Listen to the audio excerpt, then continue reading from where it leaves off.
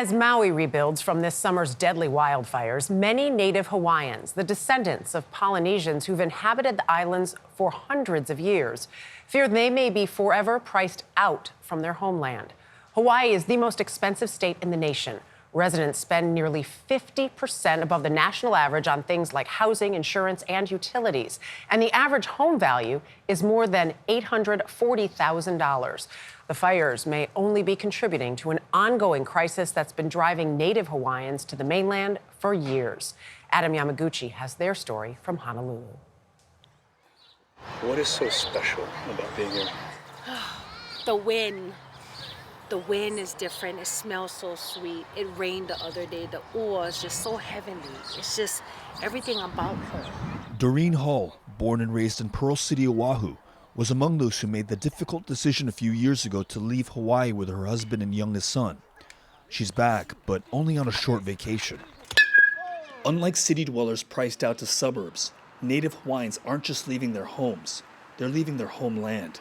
For many, this is far more than about moving. It's existential. Each year, 15,000 are leaving home for the mainland U.S., which now boasts a larger population of native Hawaiians than Hawaii itself. This is where my heart is.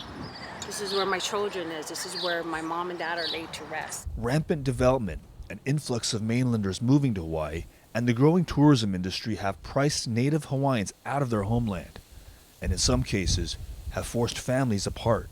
I'm really gonna miss going out to just see the ocean and being able to hear the waters like this. 17-year-old Hope Mamala's parents left to pursue economic opportunity last year, leaving her to finish high school alone. And sometimes I start to cry because I said, I'm always around my dad then. I call them almost every day, and we have a family group chat, so we share pictures of our dogs and stuff. But yeah, it's really sad because I'm really close to my parents. Why would Hawaiians leave this? I think Hawaiians are being pushed out of paradise. There's just nothing left for us here to really call our own. So it's not a choice. It's not a choice. Zayden, stop bringing me papers from the back. Shantasia and Richard Pellin are among the many who are out of options. So with the cost of living now, it's going to be impossible for us to give our kids something out here. And we know by going to the mainland, we're going to be able to put our kids in a home that we can call ours. Hawaiians are leaving their homeland for what they call the ninth island of Hawaii, and of all places, Las Vegas, Nevada. It never gets dull though. So this is insane. All these billboards and just lights, and it's crazy. Yep. Don't have this in Hawaii. Hawaiians were pioneers of the city's entertainment scene in the 50s and 60s. Over the decades, visitors became residents. But it wasn't until the cost of home ownership in Hawaii skyrocketed that a trickle turned into a near exodus. We met back up with Doreen Hall in her adopted home here in Las Vegas. Home ownership here becomes a reality for Hawaiians, but comes with a huge sacrifice. Comes with a huge sacrifice. But we can enjoy to live here. We can breathe. We can afford the mortgage payments. So to actually work to live instead of living to work is amazing. How are you able to sort of bring that culture with you when everything around you is so different? I think a lot of us here, a lot of Ohana that is here in Las Vegas, we create our own Hawaii. And we continue for our family to continue to bring our traditions here every day. Food is really cheap here, so I tend to cook a lot. There you go.